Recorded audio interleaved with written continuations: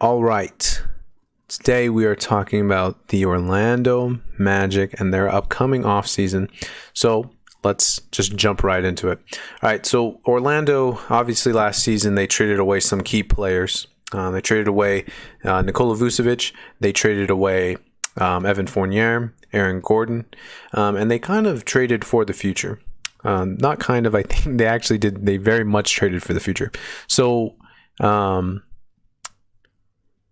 let's take a look here at the cap sheet for Orlando and pull up some of my own notes here. So right now they have the some free agents.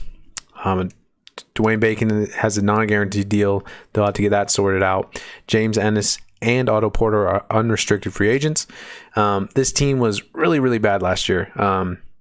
They actually, surprisingly, didn't turn over the ball too much for a team that's like, at the bottom of the league, as they had a 21-51 record, second worst in the East. They actually were a top 10 or top 5 team in their turnover percentage because they just never were turning over the ball, which was good because you like seeing a young team be very efficient with their possessions.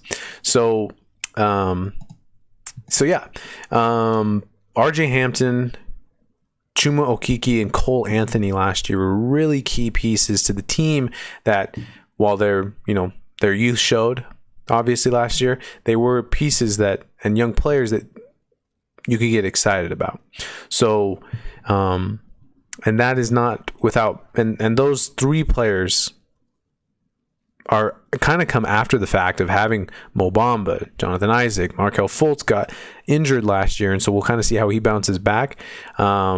They got Wendell Carter in the Chicago Bulls Nikola Vucevic trade. So they have a lot of young pieces, and they also will own the 5th and the 8th pick going into this draft on Thursday. So a really good and interesting situation for Orlando. I think if you're a Magic fan, obviously, I don't envision them making the playoffs soon, but I do see like a good young team. I mean, every team that's rebuilding wants to rebuild like Orlando. So for teams to sit there and say, okay, we're going to trade away our all-star, we're going to trade away 2 other pieces that have gone to the playoffs with us, we are going to try to maximize our return on that. So they do. They get picks. They get these young players from Denver and Chicago. But let's look at their draft capital actually moving forward. So next year, they will also get, in 2023, in 2023, they will also get a Chicago first rounder.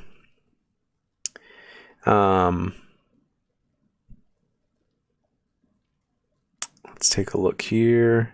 And then they own their picks moving forward, which is always a good thing. You don't want to totally not have picks going into you don't want to just be barren of picks. So Orlando has a couple decisions to make. I think ultimately they're going to experiment with young talent. I think that they have assets of these number 5 and the number 8 picks to be able to move up in the draft. When they do that, I think they could target somebody. But right now, and we're going to get into rumors in just one moment, it looks to me like, maybe a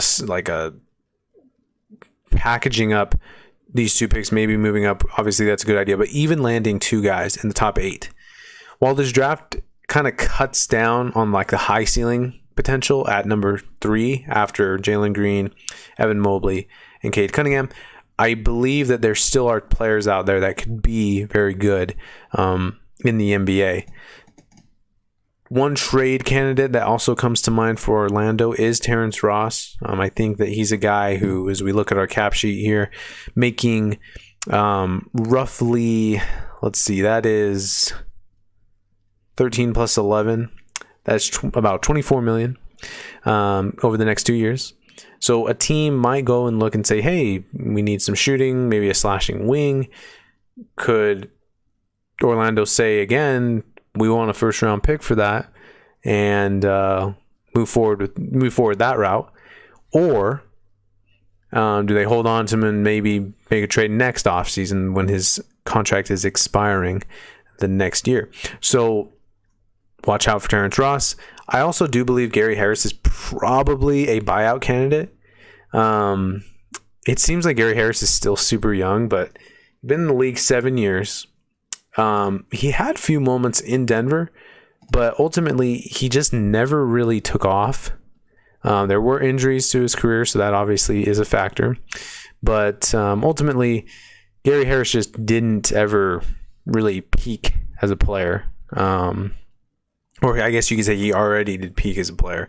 And he's going to have issues, getting paid, because he did have a pretty bad contract there in Orlando, or there in Denver, that they were very grateful to get off of. So I look at Orlando, and we're going to pull up in just one moment here. We're going to pull up some rumors. Orlando is a team that is going to be an interesting watch during the draft, because I think they could walk away with 2 really good players, or trade up, or just trade their picks in general. Maybe see if they want to continue to build for the future.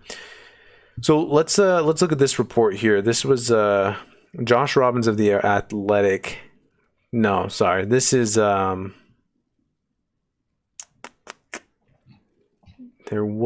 it is. I believe it's right here. So, draft rumors that came recent as the 26th, which was yesterday. Let's pull this up if it wants to pull it up.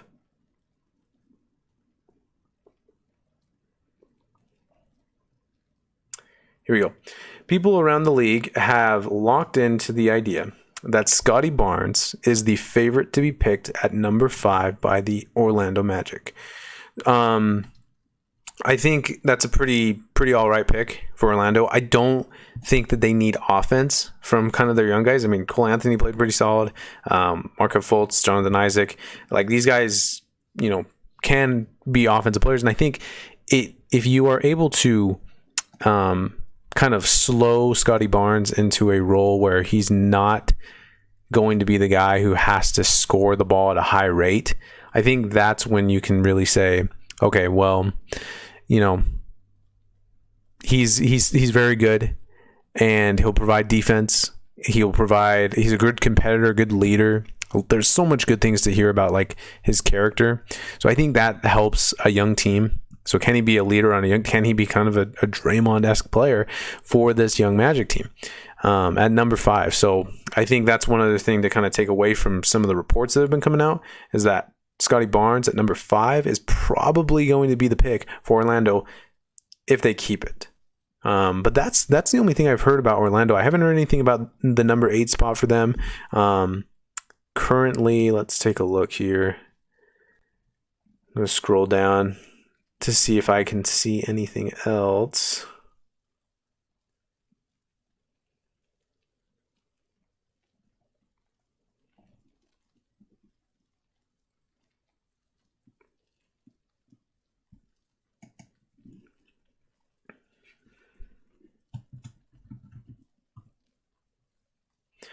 Alperen Sengun has a good chance of being the lottery pick, according to Babcock, who says the Turkish big man could be picked as high as 8 by the Magic. So could you imagine Scotty Barnes and Alperen Sengun for Orlando? That seems interesting to me.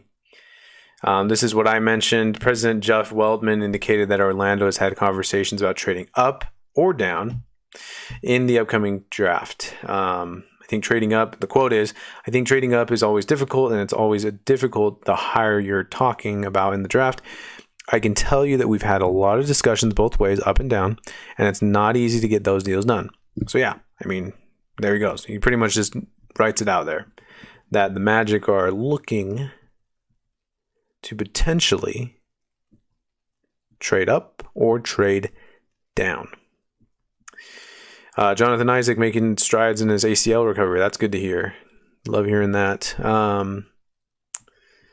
Let's see. I think that's everything here. Scotty Barnes, Alperen Sengun. So I didn't know about Sengun going to Orlando. That's actually super interesting. So, something to keep your eye on if you're a Magic fan. Feel free to subscribe to the channel. I'm going to be doing 12 more of these tonight, and I'm going to be starting a new one here in just 3 minutes. Next, we are going to discuss the Cleveland Cavaliers, who own the 3rd pick in the NBA draft. And Colin Sexton is definitely a big question mark for that team. So we're going to be starting a new stream in just a few minutes. Stick around. Feel free to subscribe. Feel free to check out other videos and like other videos. Feel free to comment on this video and tell me what you would want Orlando to do if you were kind of their general manager, if what you would do if you were kind of the lead executive for this Magic team. And then, like I said, we're going to go run through the first bottom half of the league.